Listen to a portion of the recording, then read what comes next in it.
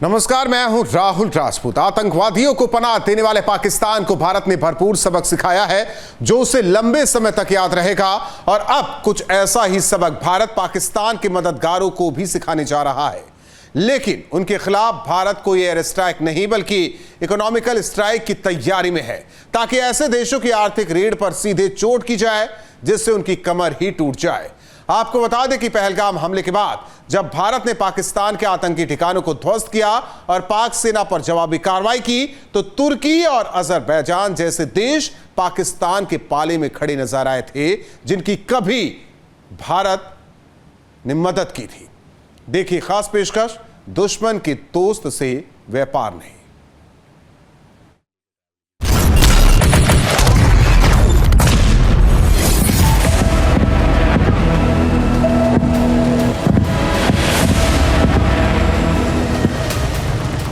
भारत के खिलाफ दहशतगर्दों को पनाह देना और उनकी मदद करना किसी भी देश के लिए कितना खतरनाक साबित हो सकता है, यह भला पाकिस्तान से बेहतर कौन जान सकता है। पाकिस्तान ने जिस तरह से अपनी जमीन को आतंकवाद को पनाह देने के लिए इस्तेमाल किया, उसका जवाब भारत की सेनाओं ने अपनी ताबड़तोड़ मिसाइलों से इस कदर दिया कि 3 दिन में ही पाकिस्तान पश्चिमी और अरब देशों से मदद की गुहार करने लगा। इंडियन एयरफोर्स के जाबाजों ने पाकिस्तान में 9 आतंकी ठिकानों को नेस्तनाबूद तो कर ही दिया, उनका साथ देने वाली पाकिस्तान आर्मी को भी काफी नुकसान पहुंचाया। न केवल उनके कई एयरबेस तबाह किए, बल्कि उनकी तरफ से दागी गई मिसाइलों को भी भारत ने अपने मजबूत एयर डिफेंस सिस्टम से आसमान में ही ध्वस्त कर दिया था। 9 आतंकी ठिकाने बर्बाद हुए, 100 से ज्यादा आतंकियों की मौत हुई। आतंक के आकाओं को अब समझ आ गया है, भारत की ओर नजर उठाने का एक ही अंजाम होगा, तबाही। भारत में निर्दोष लोगों का खून बहाने का एक ही अंजाम होगा, विनाश और महाविनाश।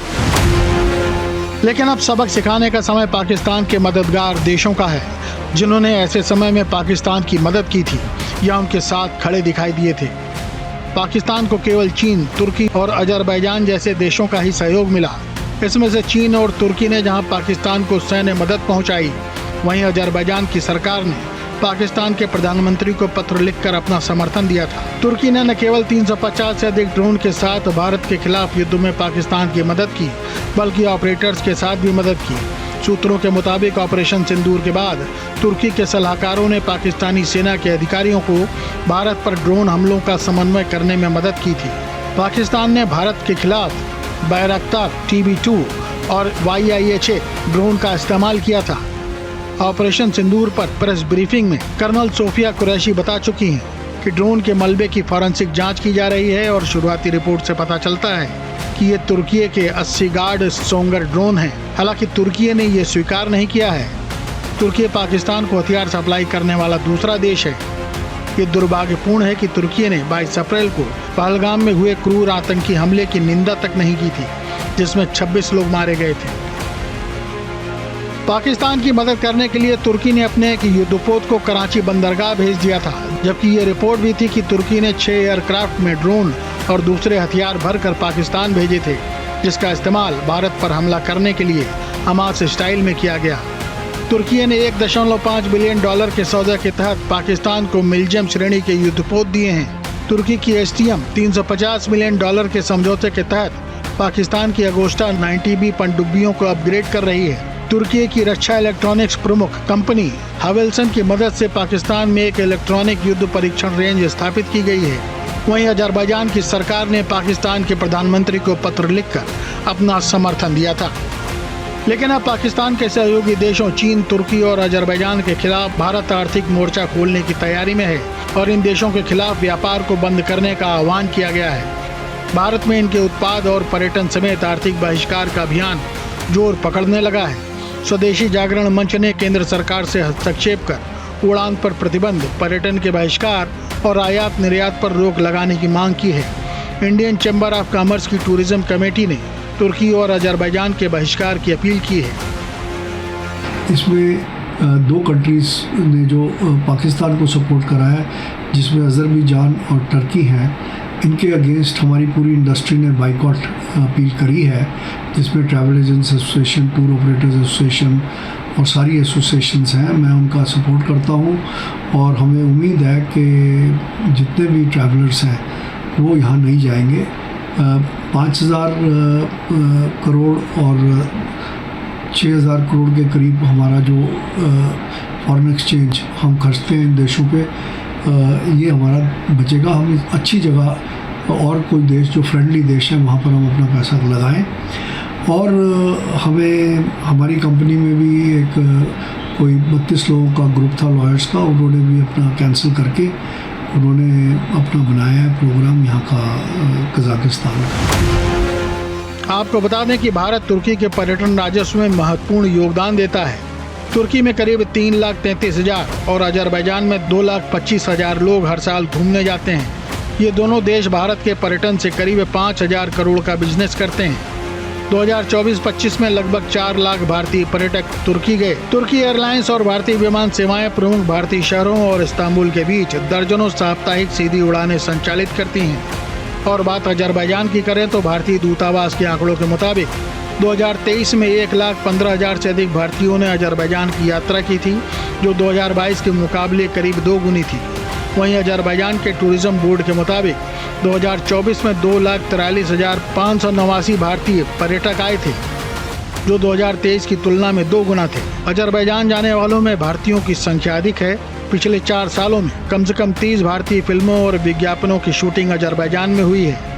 लिहाजा इन दोनों देशों की नागरिक उड़ानों को अस्थायी रूप से निलंबित करने की मांग की गई है, जब तक कि तुर्की पाकिस्तान को रक्षा आपूर्ति करना बंद न करे और अजरबैजान खुलेआम समर्थन करना बंद न करे। जाहिर है, इससे इन दोनों देशों के पर्यटन को काफ़ी नुकसान पहुंचेगा।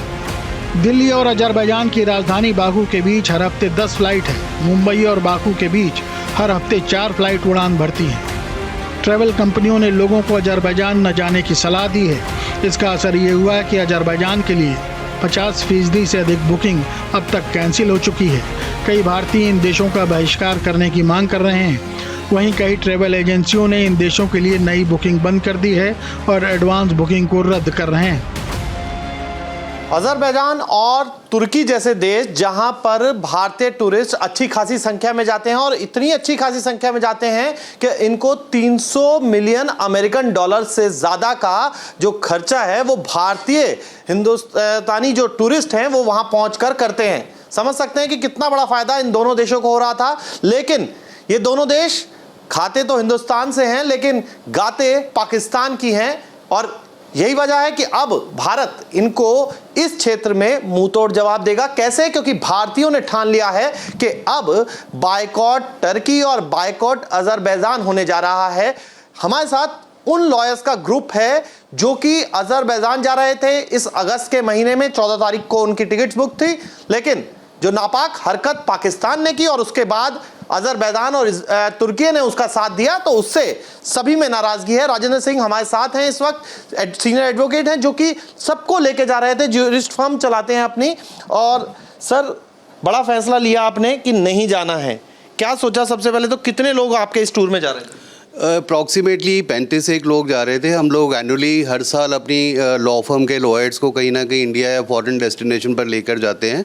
तो जैसे ही हमें मालूम पड़ा प्रिंट और मीडिया से और न्यूज़ चैनल के माध्यम से कि ये कंट्री एक टेररिस्ट और रोक स्टेट को सपोर्ट कर रही है पाकिस्तान जैसी, इमीडिएटली हमने डिसाइड किया कि ऐसे देश में हम बिल्कुल नहीं जाएंगे। हमने अपनी बुकिंग्स कैंसिल करा दी। सर, मुझे आप बता रहे थे कि परिवार के साथ टर्की जाने का भी प्लान था। हाँ, हमारा एक इंडिविजुअली अलग से प्लान था जो हमने अभी बुक ही नहीं किया था। अगर हमने डिसाइड कर लिया तो ऐसी कंट्री को तो शर्म आनी चाहिए।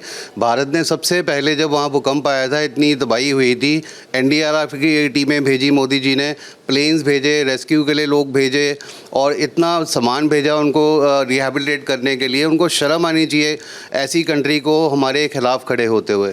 जी, राजेंद्र सिंह बता रहे हैं अपनी बात, लेकिन आप देखिए, क्या नाम है आपका और क्या पहला विदेशी टूर था ये आपका?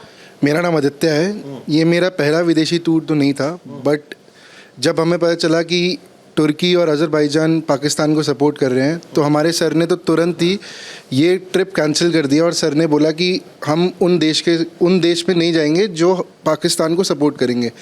पाकिस्तान को सपोर्ट करना मतलब क्लियरली टेररिज्म को सपोर्ट करना।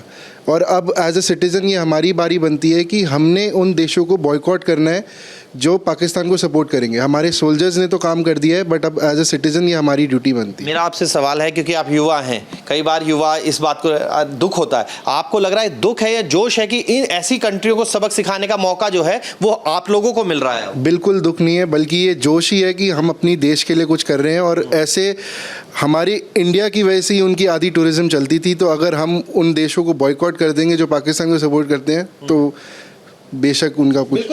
ये ऐसा तो नहीं है कि बॉस का प्रेशर है, बॉस ने मना कर दिया, लेकिन अंदर से ही एक जज्बा आ रहा है। नहीं, बिल्कुल ये अंदर से आ रहा है। हम लोग बहुत प्राउड फील करते हैं कि हम एक ऐसी लॉ फर्म का पार्ट हैं। हमारे जो बॉसेस हैं, हमारे सीनियर्स हैं, इतने अच्छे हैं। एंड इन चीज़ों के ये तो बिल्कुल सोचने वाली बात भी नहीं है। जब इतना घास्टली अटैक हुआ है हमारी कंट्री के ऊपर, इतना कवर्डली अटैक हुआ है और उन कवर्ड्स को कोई सपोर्ट कर रहा है, तो हम बिल्कुल उस कंट्री में बिल्कुल जाना नहीं चाहेंगे। व्यापार की बात करें तो भारत की तरफ से तुर्की को साल 2023-24 में 960 लाख डॉलर के मिनरल्स, फ्यूल्स और ऑयल के अलावा इलेक्ट्रॉनिक मशीनरी और इक्विपमेंट्स, ऑटो और उनके parts, organic chemicals, pharma products, tanning और रंगाई का सामान, प्लास्टिक, रबर, कपास, आर्टिफिशियल फाइबर और फिलामेंट के अलावा लोहा और स्टील निर्यात किया गया था।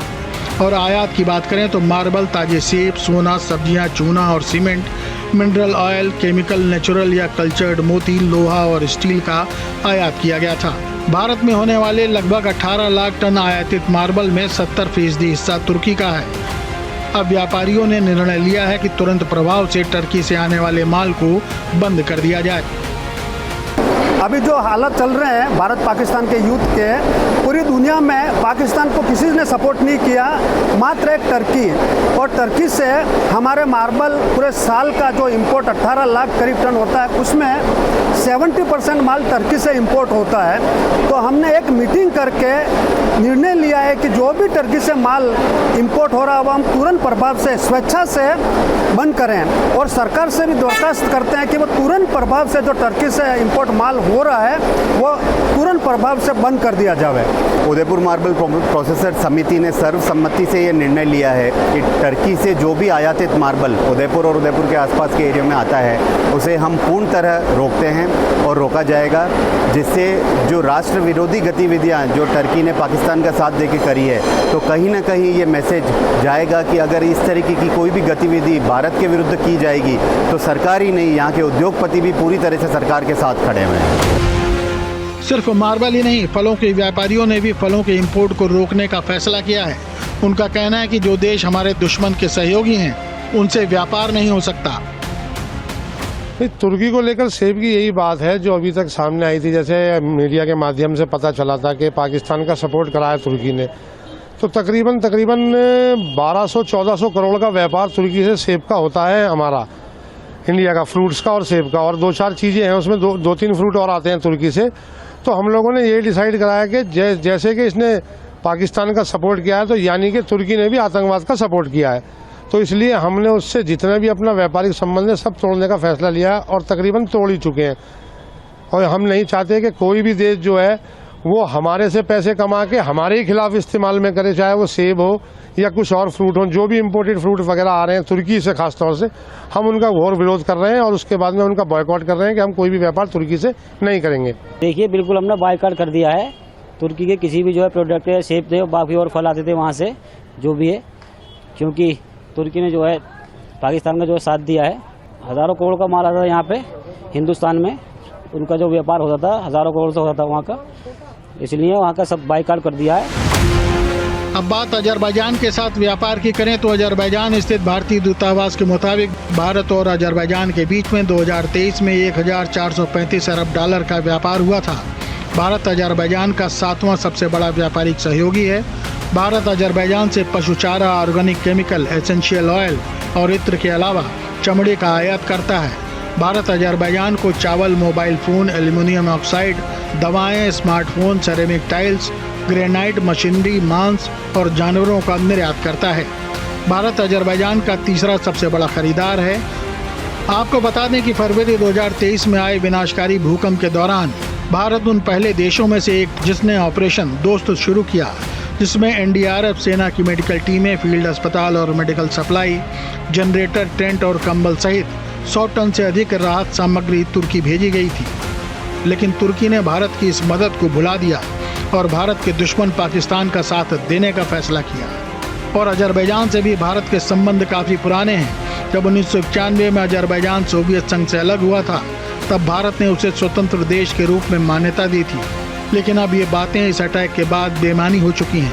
अब तो बस भारत सरकार इस कदम को सख्ती से उठाए और आर्थिक बैन लगाकर इन देशों से व्यापारिक संबंध तोड़कर इनकी कमर तोड़ दे। Team news state.